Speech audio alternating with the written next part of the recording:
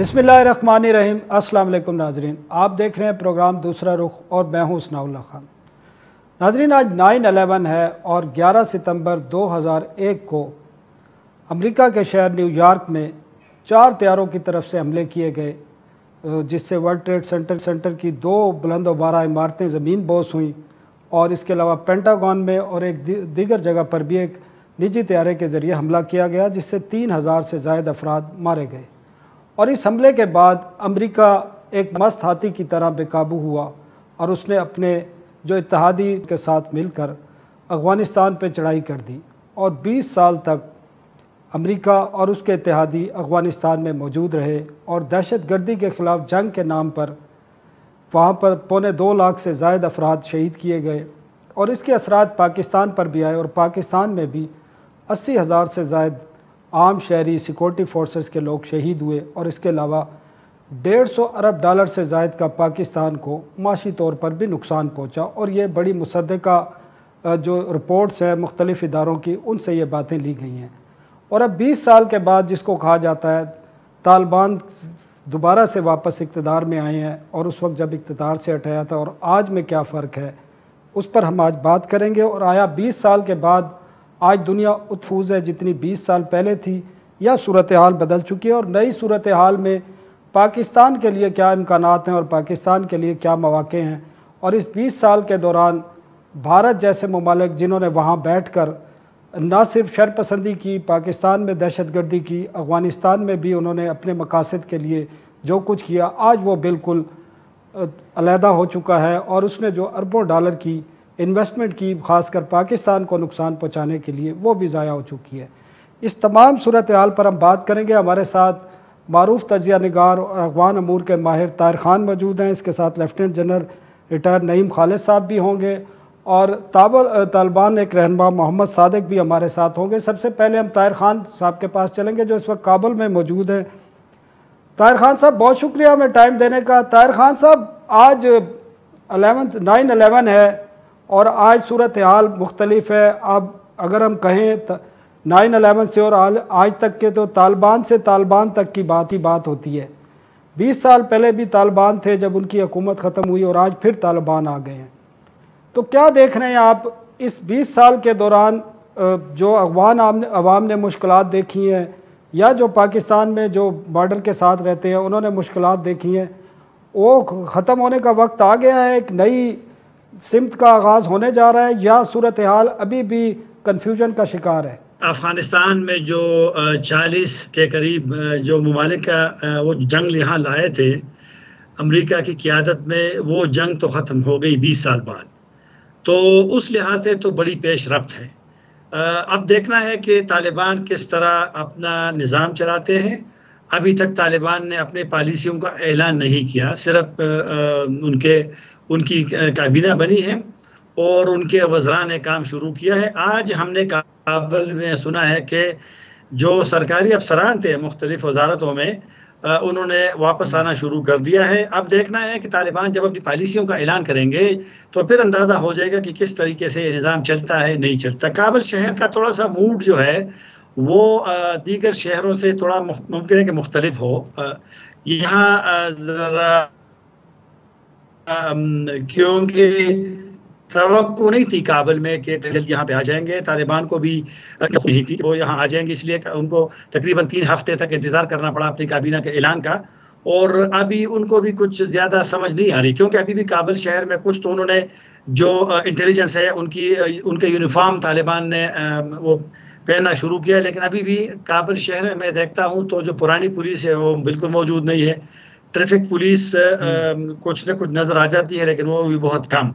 तो ऐसा निज़ाम चल रहा है। बहरहाल चूँकि अब लोगों में खौफ वो जंग वाला नहीं रहा। मसलन कल हम गए थे यहाँ से जो मैदान शहर है, मैदान वर्दक का जो कैपिटल है, तकरीबन कोई 1.5 घंटे का रास्ता था। तो अभी किसी को वो डर नहीं है कि रास्ते में हमला हो जाएगा।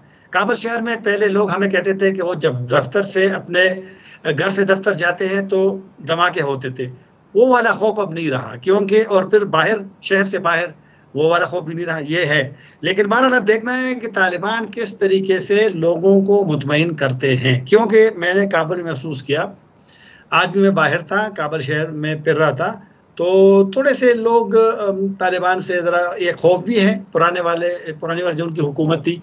और वैसे भी कभी कभी वैसे उमूमी तो कुछ तालिबान बड़े अच्छे तरीके से लोगों के पेश आते हैं, लेकिन जाहिर बात है कि एक मुसल्ला ग्रुप रहा, 20 साल जंग उन्होंने लड़ी है। और वो कहते हैं कि वो तो काबुल शहर में आए हैं, एक फ़ौजी बुनियाद पे आए हैं, मिलिटरीली वो आए हैं, तो वो कोई सियासी उससे नहीं आए मुफाहमत से। तो सियासी मुफाहमत उनका अमरीकियों से हुआ था कि इनखला होगा और इनकी गारंटी होगी कि अफगानिस्तान की सरजमीन इस्तेमाल नहीं होगी। तो बहरहाल आज 9/11 है, लेकिन मैंने काबुल में नहीं देखा कि यहाँ पे लोग उस दिन को, या तो कोई प्रोग्राम मैंने नहीं देखा। और वैसे भी वो एक तलख दिन था, अफगानिस्तान की तारीख में भी वो याद रखा जाएगा, क्योंकि उसी की बुनियाद पे अफगानिस्तान के तालिबान के खिलाफ कार्रवाइयाँ हुई और 20 साल जंग लड़ी गई। और अमेरिका यहाँ से मतलब है कि तालिबान तो कह रहे हैं कि उन्होंने जंग जीती है, अमेरिकियों को शिकस्त दी है, नेटो को शिकस्त दी है। तो बहरहाल एक तब्दीली थी, अब दोबारा तालिबान आ गए हैं, अब देखना है कि क्या होता है। अच्छा ताहिर खान साहब, ये जो आपने जिक्र भी किया अमेरिका और 40 ममालिक, आप क्या समझते हैं ये अब आराम से बैठ जाएंगे और इनकी तरफ से किसी किस्म की मज़ीद कोई इस किस्म की कार्रवाई नहीं होगी, या डिप्लोमेसी की सतह पर कोई ऐसी साजिशें नहीं होंगी कि जिससे या भारत भी जिसमें शामिल है, आप समझ सकते हैं कि अफ़गानिस्तान में फिर अदम इस्तेकाम आए और पाकिस्तान भी इसका शिकार हो? कोई ऐसी चीज़ें नज़र आ रही हैं आपको, या अब एक आपको नज़र आ रहा है कि एक लॉन्ग टर्म तालिबान की हुकूमत चलेगी और स्टेबिलिटी आएगी और अफ़गान अवाम जो गुज़श्ता 4 दहाइयों से एक खूनरेज़ी का शिकार है और मुश्किलात का शिकार हैं, लाखों की तादाद में लोग मारे जा चुके हैं, तो उनकी में कुछ उनकी जो मुश्किलात हैं वो कम होना शुरू होंगी? देखो ना, जिस तरह मैंने कहा कि जंग तो ख़त्म हो गई, अब जो खौफ था लोगों में वो खौफ अब नहीं रहा। लेकिन तालिबान से थोड़ा सा, मैंने जिस तरह कहा कि एक लोगों के जहन में एक है, थोड़ा सा खौफ भी है, क्योंकि तालिबान जब जिस तरह लोगों के साथ, फिर ज़ाहिर बात है कि वो एक अलग तालिबान तो अलग दुनिया में उसको कहता हूँ ना, उनकी तो अलग उनका मिजाज है और उनका अप्रोच होता है।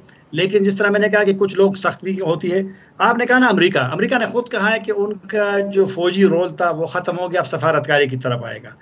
अब आप देखें कि जब 2 दिन पहले यहाँ से जो अमरीकी बाकी थे, कैनेडियन बाकी थे अफगानिस्तान में, काबुल में, तो वो चले गए। यहाँ इसी होटल में जहाँ मैं ठहरा हूँ, यहाँ वो जमा होते हैं, बसों में जाते हैं, और अमेरिका ने उसको खैर मकदम भी उसका किया है कि तालिबान ने अपने वादे पूरे किए हैं।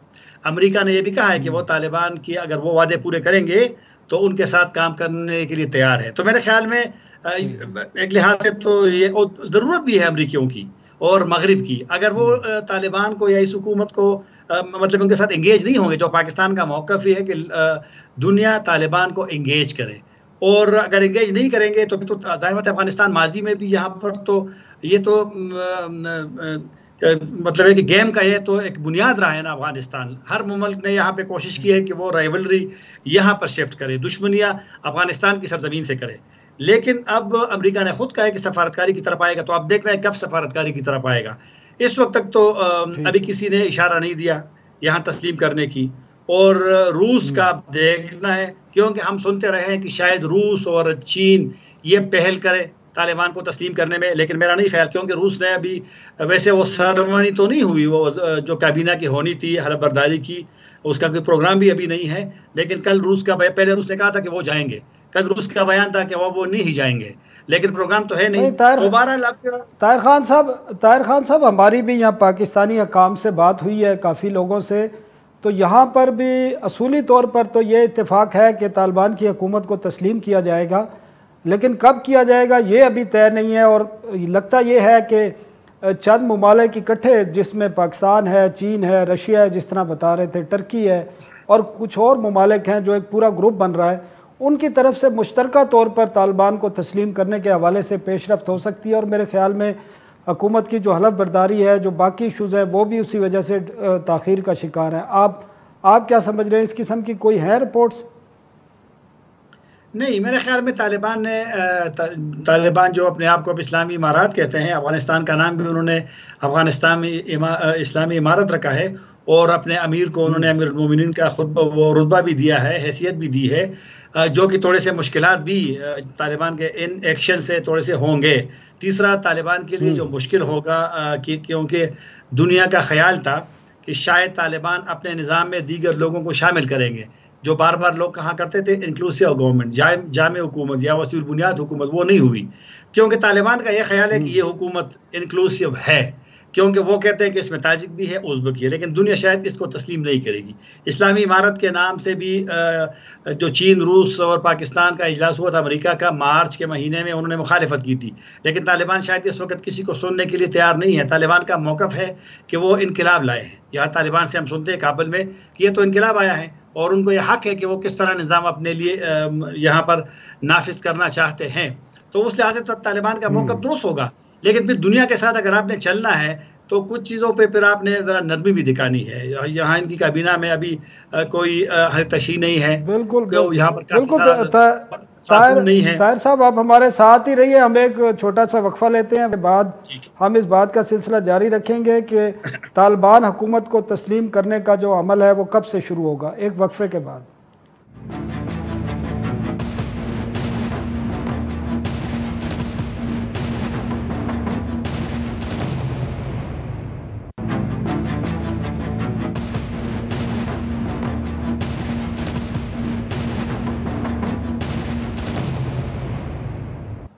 वेलकम बैक नाजरीन।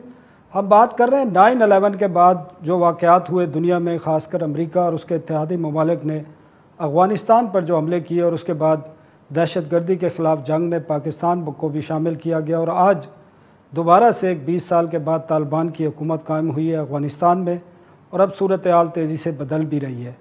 अब इस सूरत हाल में 20 साल कबल दुनिया कितनी महफूज थी और आज कितनी महफूज है, इस पर हम बात कर रहे हैं। हमारे साथ lieutenant general retire Naeem Khalid Lodhi साहब भी मौजूद हैं। जनरल साहब, बहुत शुक्रिया, आपने ये सारी सूरत हाल देखी है, गुज़श्ता 20 साल भी देखे हैं।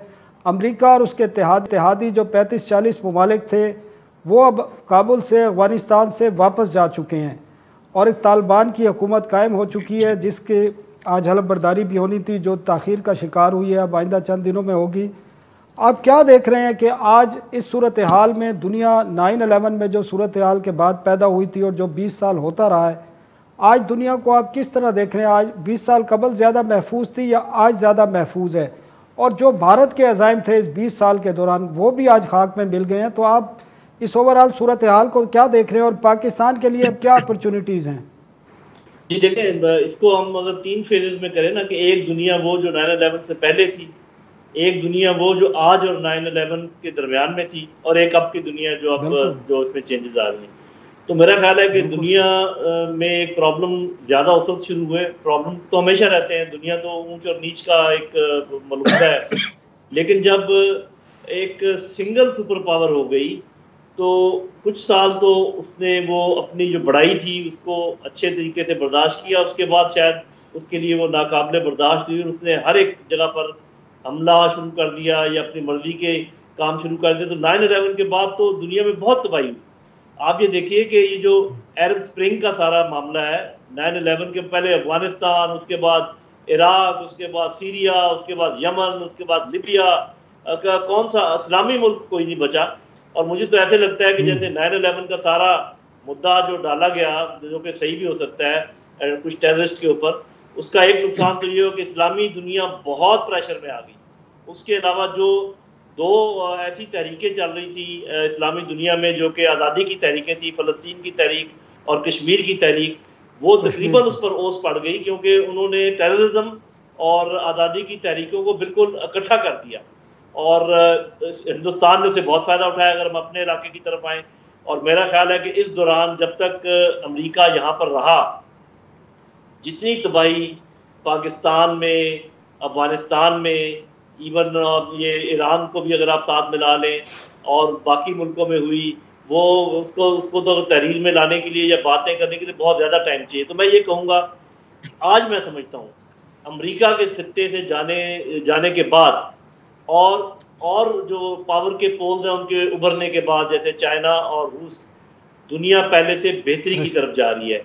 ये खित्ता भी पहले के मुकाबले में बेहतरी की तरफ जा रहा है। तो मेरा ख्याल है एक कुल्ज़ुम खून से हम गुजरे हैं और अब उम्मीद है और दुआ भी हमें करनी चाहिए कि आगे अल्लाह करे कि हालात बेहतर हों। तो मुझे तो ये नज़र आ रहा है कि अभी दुनिया बेहतरी की तरफ जाएगी। जी तो आप क्या समझते हैं कि अमेरिका और उसके इत्तेहादी ममालिक जो मकासद लेकर आए थे वो हासिल करने में कामयाब हुए हैं या नाकाम लौटे हैं, और आज उनको रियलाइज़ हुआ है कि 20 साल कबल जो उन्होंने एक बनाया था अपना एक, जिस तरह आपने भी बताया कि मुसलमानों को टारगेट किया गया और टेररिज्म को और इस्लाम को लिंक किया गया, वो अब एक बयानिया बनाया था इन्होंने, वो ख़त्म हो चुका है या उसको ख़त्म करने के लिए मुसलमान ममालिक को मेहनत करना पड़ेगी? जी, पहले तो अहदाफ की बात कर लें कि वो इधर किस ऑब्जेक्टिव के लिए आए थे। देखें, जो उन्होंने कहा था कि जी हम अलकायदा को ख़त्म करने आए हैं क्योंकि उन्होंने हमले किए हैं उधर, तो वो तो 2 साल में उन्होंने अचीव कर लिया था।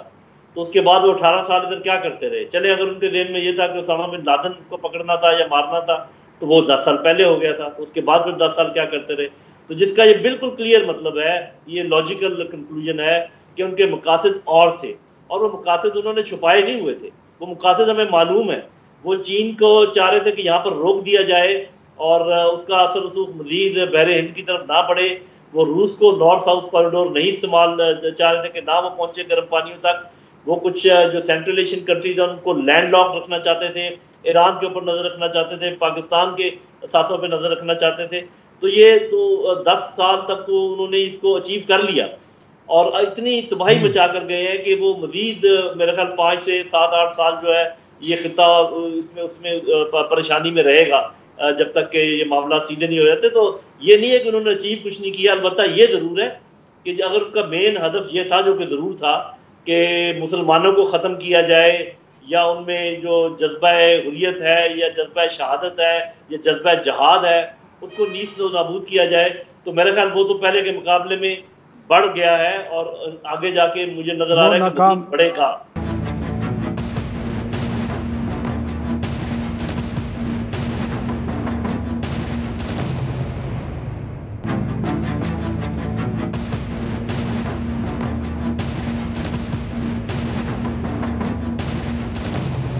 जी ताहिर साहब, एक ये भी रिपोर्ट्स आ रही हैं कि काबुल में जो सहाफ़ी हैं ख़ासकर और जो कुछ लोग मौजूद हैं काम करने के हवाले से, उनके साथ जो ट्रीटमेंट है उसके हवाले से बाज़ इतलात आ रही हैं। ख़ासकर गैर मुल्की सहाफ़ियों के साथ तो ट्रीटमेंट ठीक है, लेकिन पाकिस्तान से या लोकल जो जर्नलिस्ट हैं उनके हवाले से भी कुछ खदशात सामने आए हैं। तो क्या सूरत हाल इसी किस्म की है या कुछ बेहतरी आ रही है? कुछ वाक़यात तो हुए हैं, और जो पाकिस्तान से सहाफ़ी आते हैं, पाकिस्तानी और गैर मुल्की तोरखम के रास्ते, तो उनको वहाँ पर रोका जाता है, उनसे एक लेटर ख़त मांगता है, इजाज़तनामा काम करने की। लेकिन वो इजाज़तनामा जो मैंने ख़ुद भी लिया है, लेकिन वो काबुल में मिलता है। तो शुरू में नहीं था मसला, अब हम सुन रहे हैं बिल्कुल पाकिस्तानियों को। गुज़िश्ता 2 दिन पहले 2 पाकिस्तानी कैमरामैनों को 24 घंटे के लिए रखा, और कल CNN के लोग वापस जा रहे थे तो ये मालूम हुआ काबुल में कि उनको भी थोड़ा तंग किया गया है जलालाबाद में। इससे पहले भी पाकिस्तानियों को, हमें ख़ुद भी तकरीबन दोबारा जब मैं आ रहा था, गैर मुल्की सहाफ़ी और भी थे, काफ़ी सारे थे, तो उनको भी 3 घंटे हमें भी रोका गया था। यहाँ भी कभी कभी काबुल शहर में भी वाक़यात हो जाते हैं रोकने की, लेकिन ज़्यादा मतलब है कि अब हम काबुल में हैं। मैं 9वां दिन है आज काबुल में, जब दोबारा आया था तो हमें कोई मसला दरपेश नहीं हुआ, क्योंकि वो जो ख़त में, वो ख़त बिल्कुल 2 मिनट में मिलता है, जो रजिस्ट्रेशन के लिए होता है, जो आपका नाम होता है, इदारे का नाम, और आप तो बहरहाल। लेकिन यहाँ सहाफ़ियों को जो कुछ दिन पहले यहाँ मुज़ाहरा जो ख़वातीन का हुआ था, उनमें सहाफ़ियों को बिल्कुल मारा पीटा गया है, उन पर तशद्दुद किया गया है, उनकी तस्वीर भी आई है। तो कभी कभी असल में निज़ाम नहीं है, तो जगह जगह पर मुसल्लह तालिबान है, वो नए लोग हैं, उनको निज़ाम का बिल्कुल भी पता नहीं है, और हर बंदा यहाँ पर सोचता है कि वो जिस जगह पर मौजूद है वहाँ उनकी हुकूमत है।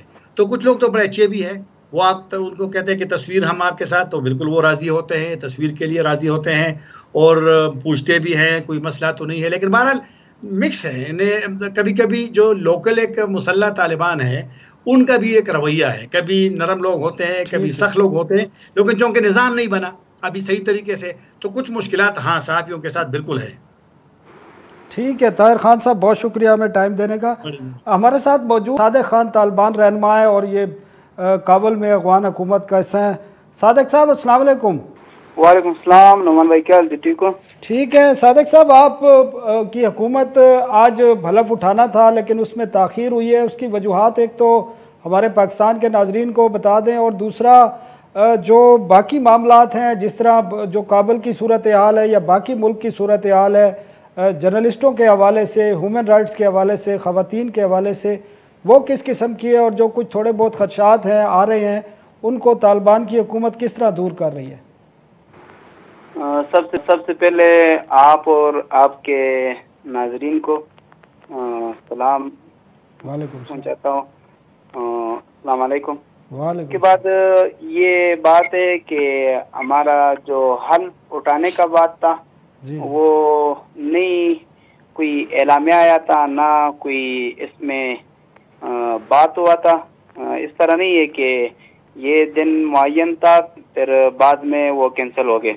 दूसरा बात ये है कि मुल्क में अल्हम्दुलिल्लाह दिन ब दिन हालात अच्छा होता है, ना ख़वातीन के लिए, ना आम लोग के लिए, ना कोई और कोई मुश्किल नहीं है। अल्हम्दुलिल्लाह दिन ब दिन हालात अच्छा होता है और हर दिन दूसरे दिन से सही है।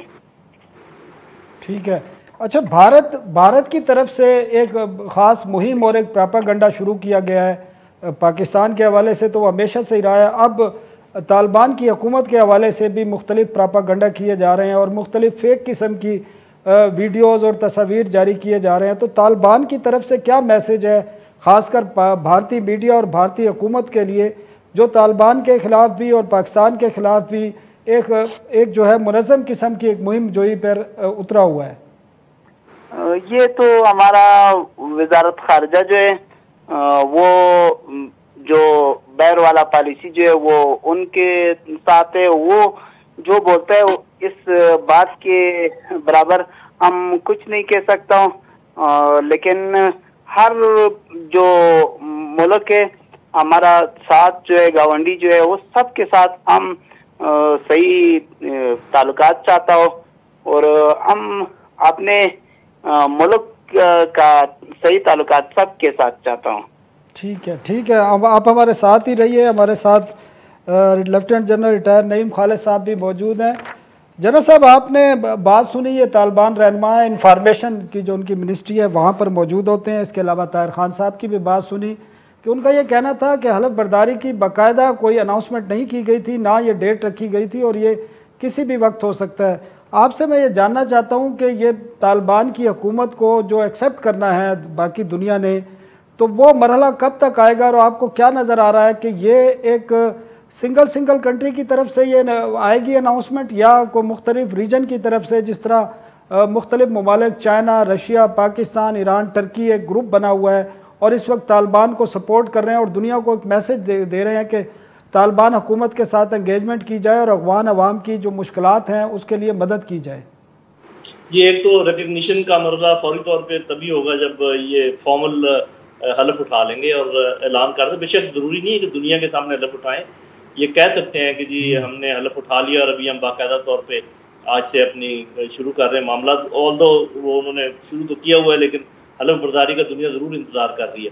और मेरा ख्याल यही है जो आपने दूसरा ऑप्शन कहा है कि एक ग्रुप होगा मुल्कों का जो कि तस्लीम करेगा, मेरा अपना अंदाजा ही, और वो ग्रुप हमें तकरीबन नज़र आ रहा है कि वो कौन लोग, आपने उनका नाम ले दिया है।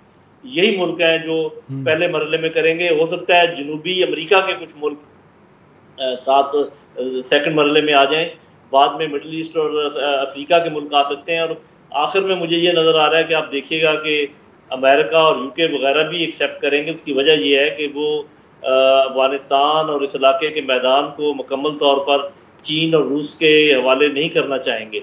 इसीलिए आपने देखा कि पाकिस्तान में आजकल बहुत आना जाना शुरू है और इससे आप अंदाज़ा लगा सकते हैं कि आने वाले दिन जो हैं वहाँ पर क्या होने वाला है। एक तो ये हो सकता है कि पाकिस्तान को ये कुछ बावर करवा रहे हों कि आप ये कीजिए या वो कीजिए, जैसे भी है, लेकिन पाकिस्तान मेरा ख्याल फोकस्ड है। पाकिस्तानी लीडरशिप को मालूम है कि बहुत अरसे के बाद एक हमारे हक़ में बेहतर हुकूमत आने के इम्कानात पैदा हुए हैं, तो हमें किसी भी सूरत में इस अपॉर्चुनिटी को गंवाना नहीं चाहिए और अफगान अवाम, अफगान भाइयों के साथ बिल्कुल खड़े होना चाहिए। उनको जिस चीज़ की ज़रूरत है, उनको जिस मदद की ज़रूरत है, हमें मुकम्मल तौर पे मुहैया करनी चाहिए। अफगानिस्तान और पाकिस्तान ऐसे दो भाई हैं कि बेशक कभी कभी कोई कड़वाहट हो भी जाए, लेकिन इनको किसी भी सूरत में एक दूसरे से जुदा नहीं किया जा सकता। तो मेरा ख्याल पाकिस्तान उन पहले मुल्कों में शामिल होगा जो पहला ग्रुप तस्लीम करेगा, उसमें आप देखेंगे पाकिस्तान भी होगा। जी, माजी में भी 1996 में भी आपको याद है पाकिस्तान पहला मुल्क था जिन्होंने तस्लीम किया था, और अभी भी ये नज़र आ रहा है। और प्रिंसिपली असूली तौर पर जो हमारी बात हुई है, पाकिस्तान ये डिसाइड कर चुका है। नाज़रीन, एक ब्रेक लेते हैं और ब्रेक के बाद इस पर बातचीत का सिलसिला जारी रहेगा।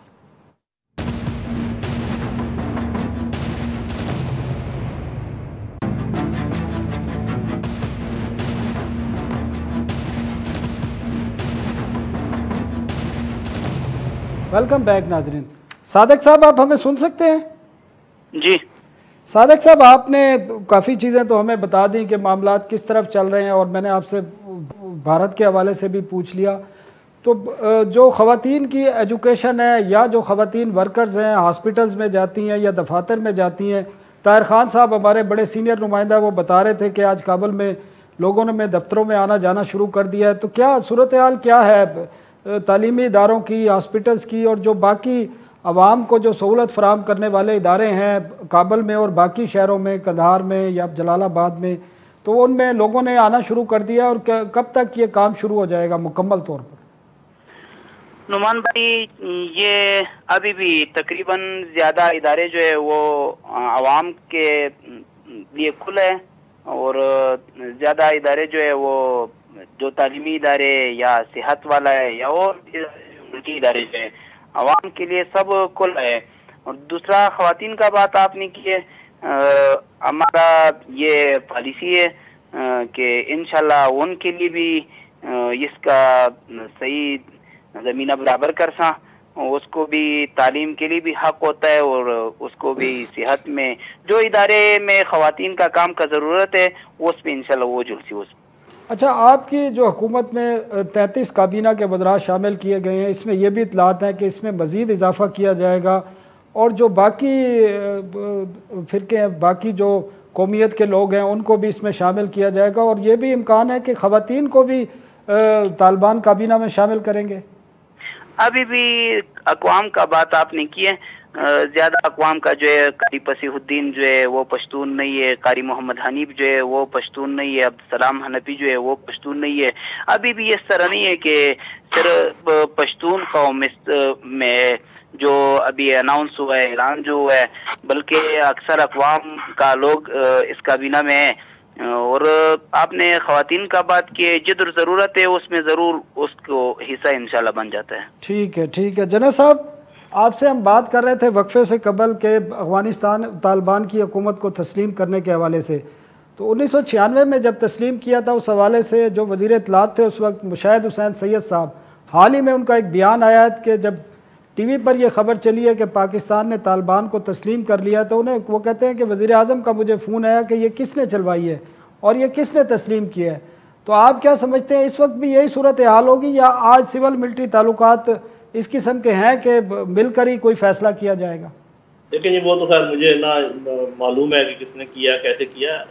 देखा जाए तो साफ ज़ाहिर है कि जो सही तरीका है वो ये है कि फॉरेन ऑफिस की तरफ से ये ऐलान होगा कि, और उससे पहले काबीना का इजलास होता है, और मेरा ख्याल है ऐसे ही होगा। काबीना का इजलास या होगा, होने वाला होगा, या जो ही वो तस्लीम करने की बात आएगी तो ये तो ऐलान हुकूमत करेगी। और इस दफ़ा मेरा नहीं ख्याल कि किसी किस्म का कोई इस किस्म का प्रॉब्लम होने का इम्कान है। ठीक है सर, CIA चीफ ने भी पाकिस्तान का दौरा किया है और वहाँ उनकी मुलाकातें भी हुई हैं, और अमेरिका के इंटरेस्ट भी, जिस तरह आपने हमें पहले भी बताया था कि अमेरिका के क्या इंटरेस्ट हैं, रशियन और चीन को वो इतनी जल्दी से, इतनी आसानी से अफ़गानिस्तान के मामलों में हावी नहीं होने देगा। तो आप क्या समझते हैं, CIA चीफ के दौरे के मकासद क्या थे, और पाकिस्तान की तरफ से उनको किस किस्म के पैगाम दिए गए होंगे?